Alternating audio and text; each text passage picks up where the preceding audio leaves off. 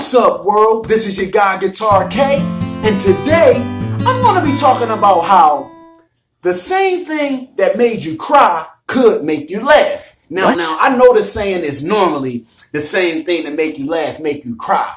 But when we're talking about the world of addiction and recovery, I mean, sometimes that thing can be so mixed up and crazy that it flips other things on its head. So today, we're talking about how the same thing that could have made you cry can make you laugh. And this is what I'm talking about.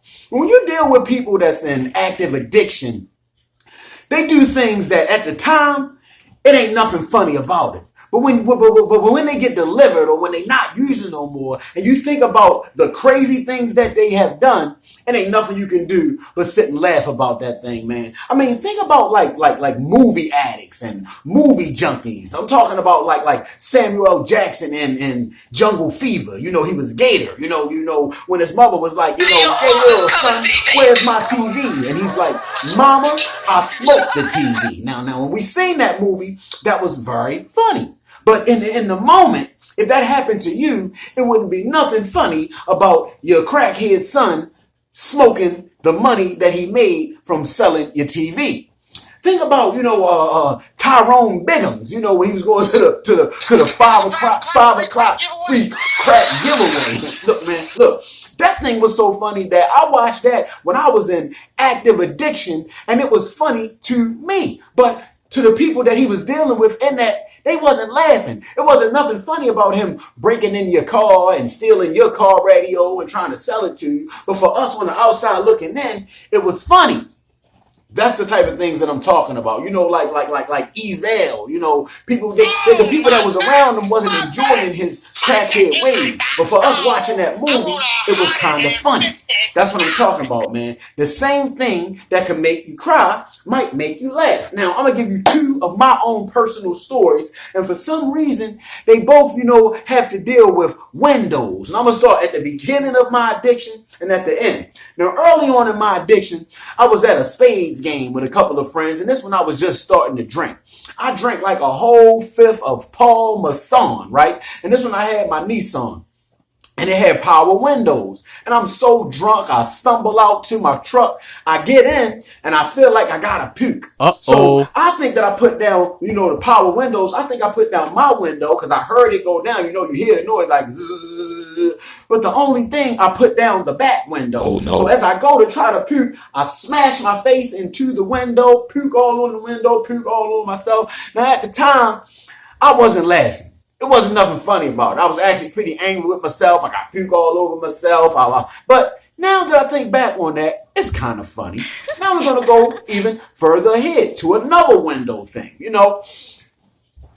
This was when I was in really bad active addiction. I couldn't save money. I used to give money to my girlfriend at the time to hold for me because I couldn't keep no money. We were supposed to be going to the beach the next day. So I went and she saved some money for us to go to the beach. And I went and I was getting high all night and it ran out. So I knew that the money was in the car. So I went and bust the window out of the car just so I can get that money to get high. Just for the next day, I had to replace the window on the car. At the time, it was nothing funny. We got into a big argument about it. It wasn't nothing funny about it. But now when I think back on it, I can do nothing but laugh at how crazy I was. In active addiction, they say that we'll do anything just to get one more. And man, I got to play that tape back and just know how serious it is and how much crazy things that we'll do. But there's nothing I can do but just laugh at it now. I can't keep beating myself up for the crazy things that I used to do in my active addiction. But look, man, I put together a list of, statements and cliches and things that people used to say to me in my active addiction. And when I was thinking about these things, I was thinking about the very first time that whoever said these things to the first person, they must have been so mad at the people and so angry for them to come up with these clever things. I wish I could have been like a fly on the wall to hear somebody come up with this thing in the moment. I mean, I don't know how mad or shocked or angry or fed up or high or drunk or whatever the person had to be to come up with these sayings. Let's go with the first one. You ain't got to live like that no more. Now, what did that person do for the other person to look at them and say, look, man, You ain't gotta live like that no more. It must have been some off the wall, downright, I don't know if it was disrespectful or nasty, rotten, but it touched that person to make them look at them and be like, look, you ain't gotta live like that no more. But look, we're gonna keep it moving, man. The second one is where they do that at. Whatever that person did, that person could not fathom that anybody in their right mind, but then, like I said, man, when you high, when you're doing crazy stuff, you're not in your right mind anyway. But whatever that person did, for them to look at them and be like, look, man, where do they do that at? Not on this planet. We don't do that here. Stop it. The next one, man. I can't trust you as far as I can throw you. Now, this person must have been stealing and lying, and they also must have been kind of fat or large or something. Because for this person to say that, as far as I can throw you, they must have looked at him and be like, I know I can't throw this motherfucker. So let me tell them that I also can't trust them as far as I can throw them. And this is one when you piss off like a God-fearing person, a church person that don't want to cuss, but if they would, this is how they would cuss you off. They say something like, you bad word, you.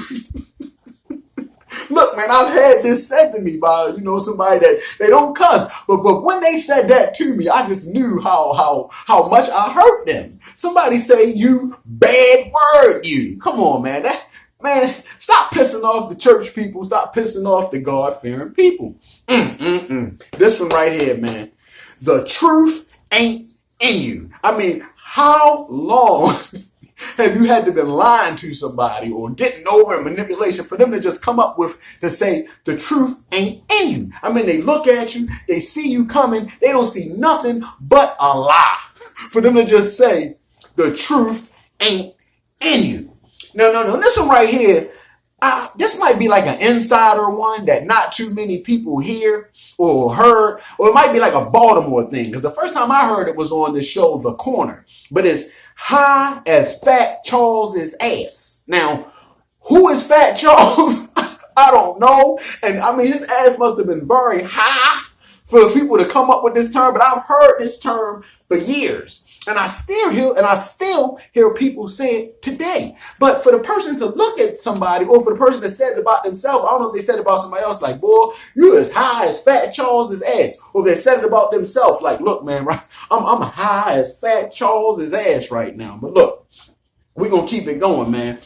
This one right here, this person was so mad that they stuff was gone. For them to say that, so what you trying to say? That you fill in the blank, just grew legs and walked. I mean, can you imagine the person? They know that they had their stuff, whatever it was. It probably was some drugs. It had to be. It was sitting right there on the table. They turned for a second, turned back, and it was gone.